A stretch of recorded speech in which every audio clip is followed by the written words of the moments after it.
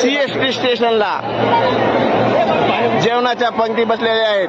आमच्या गावाकडील सोबळी येथून मुंबई येथे वास्तव्यास असलेले आमचे मराठा बांधव यांनी काल आमचे व्हिडिओ पाहिले आणि आज आपल्या मराठा बांधवांची जमेल तशी व्यवस्था केलेली आहे जेवणाची आणि या सीएसटी स्टेशनला अशा पंक्ती बसलेल्या आहेत। धन्यवाद गाववाले।